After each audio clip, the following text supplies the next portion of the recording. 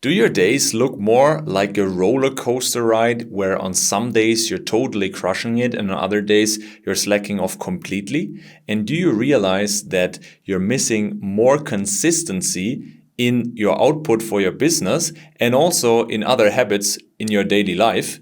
Then I'm going to show you the 4 stages that you have to go through to be truly consistent and achieve more output in your business and at the same time master all areas of your life. Kilian, how do you become more consistent? This is a question I get all the time, and in over the past 4.5 years of working with tons of agency and e-com owners, a lot of people now in the entrepreneurship, they tell you already, consistency, and also discipline is so key. But nobody really tells you how you become more consistent. And there's actually a lot of flaws out there. So we're going to go into this, how you become more consistent and therefore also more disciplined. There will be 4 stages. Let's go through those. I call it the ladder of consistency. You basically have to go up step by step to achieve the highest level of consistency and therefore have an easy time actually being consistent. At the bottom of this ladder, people struggle with being consistent with that because they're doing the wrong things. Stage 1, if you will, the first rung of the ladder is using willpower and motivation for being consistent. Now, that's probably what 80-90% of people out there are doing, that they watch motivational videos, watch things on Instagram or on YouTube, and what they're doing is they try to motivate themselves to be consistent in doing the things they know or think they should be doing. And they push themselves and say, you have to try harder, you got to use willpower to do the things that's required. And the thing is, on some days it works, and on other days, you just have no energy and then you slack off completely again and it doesn't work long term. Then stage 2 is what is called disciplining yourself.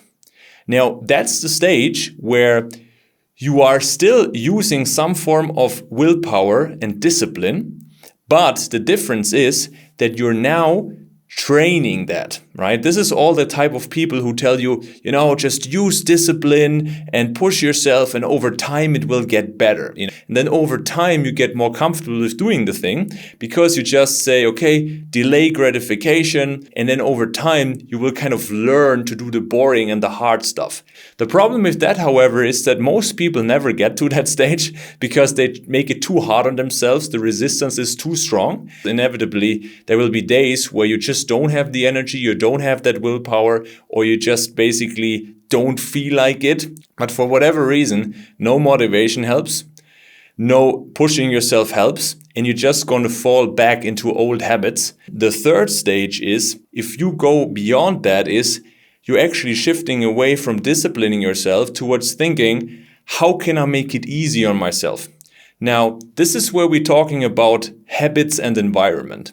If you're really smart about using habits, then you have a system and you introduce one habit at a time. You have different levels, you have different divisions, and then you can apply that for everything in your life, for better energy, better sleep, more productivity in terms of working on your business, structuring your week and your days better, having better diet, all of that. You can implement that. To have better habits and therefore an easier time to be consistent with the right things, you need to design your environment in a way that it supports you. Now, the problem that most people face at that stage 3 is they don't understand that there's a 4th stage.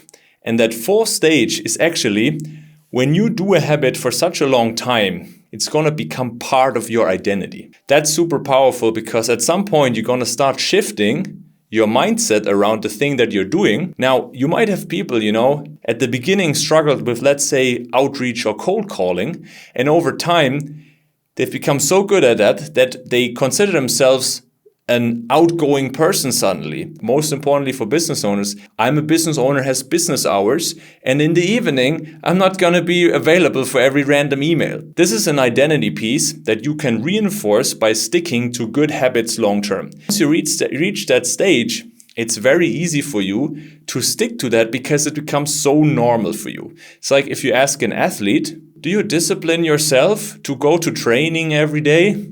It's not even a habit anymore for them, like where they have to make smart routines and so on. No, for them, they are at that level 4 where it's so normal that they say, hey, I'm an athlete. Michael Phelps, guys like that. I'm a swimmer. I'm an athlete. It's totally normal for them to do the things that requires them to do to become successful or to be successful. And that's the stage you want to reach. Now, how do you reach that identity stage? First of all, you have to understand this requires lots of repetitions. And the smartest way to getting to that 4th stage is through level number 3. That's it. Level number 3 is the smartest way of getting there. If you reach it through better habits and you start very small, you don't need forcing yourself. Because people say, but what if I get started and I need some willpower and so on? Well, actually having motivation to change something is awesome, but use it to design proper changes in your environment and your habits. That's what motivation and willpower should be used, to make the first changes in your environment, make first fixes. Ideally, you get help for something like this, so you set this up once properly, but then long term, once you stick to this, be it, more consistency in planning your day, more consistency in managing your team, more consistency in working on the one big thing or deep work blocks in your morning hours. So you're working on the business versus in the business. All of these can be made as a habit, and you make that a small habit for the start and you stack it over time, and then step by step, and then you reach that level 4, that identity piece. Now, what happens then? Then people start to understand that discipline is actually not something you do, but it's a byproduct. It's literally just something that people tell you, oh, look at this guy, he's so disciplined, but is he doing anything crazy? That, for example, he forces himself, to do crazy things. No, it's not forcing himself anymore. It is that he has reached usually a level where these habits have become so ingrained that it's very easy for this person to stick to it. It might not feel comfortable, but it has become more normal for that person. And that is usually that identity piece that you want to get to. So to summarize, if you want to become more disciplined, focus on the right fixes, focus time management, recovery in the evening, also relationships and so on.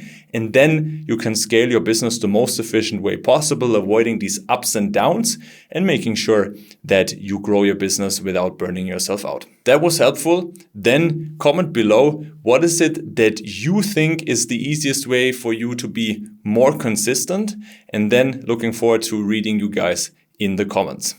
If this was helpful and you want more tips on how to grow your agency or e-com brand to the next level, but do so without spending all days working inside the operations and having more time for yourself and enjoying the journey along the way more, then subscribe to this channel, hit the button below and activate the clock, and you will always be notified about new videos like that.